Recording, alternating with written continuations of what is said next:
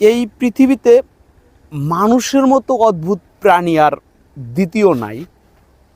মানুষ আপনার সাথে ঠিক ততটাই ভালো বা ঠিক ততক্ষণই ভালো যতক্ষণ পর্যন্ত আপনি তার স্বার্থে আঘাত না করতেছেন, মানে তার স্বার্থে আঘাত লাগে এরকম কোনো কাজ না করতেছেন, ততক্ষণই ভালো। যে স্বার্থে আঘাত লাগবে তার ভিন্ন একটা রূপ আপনি দেখতে পাবেন।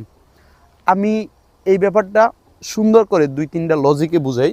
আপনি আপনার মা বাবাকে ভালোবাসবেন, টাকা পয়সা দিবেন, সব কিছুই দিবেন, আপনার বোনের জন্য করতে পারবেন, আপনি ভালো ছেলে।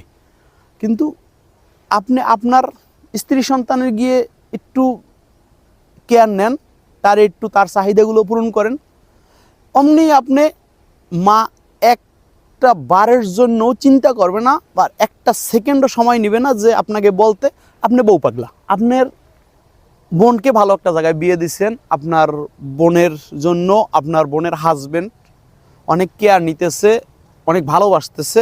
আপনার মায়ের গর্বে বুকটা ভরে উঠবে, সে বলবে তার জামাইটা অনেক লক্ষ্মী ছেলে পাইছে, তার জামাইটা একদম রাজপুত্র, তার মেয়ের অনেক যত্ন নেয়।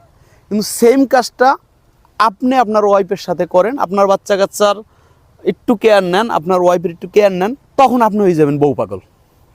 মানে এইটা বলার জন্য সেকেন্ড পরিমাণ তারা সময় নেবে না বা ভাববে না।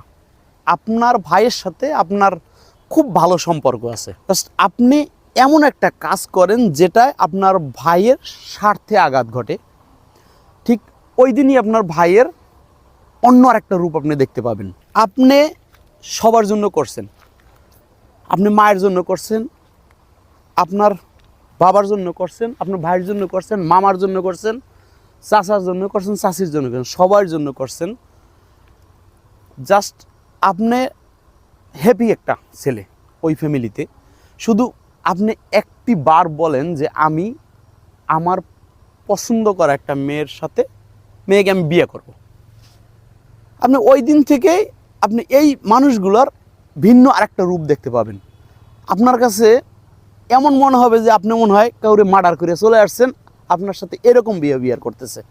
একটা কথা মনে রাখবেন, যতক্ষণ আপনি তাদের স্বার্থে আঘাত না দিবেন ঠিক ততক্ষণই আপনি ভালো। আর যেদিন থেকে আপনি স্বার্থে আঘাত দিবেন সেই দিন সব মানুষের একটা ভিন্ন রূপ দেখতে পাবেন।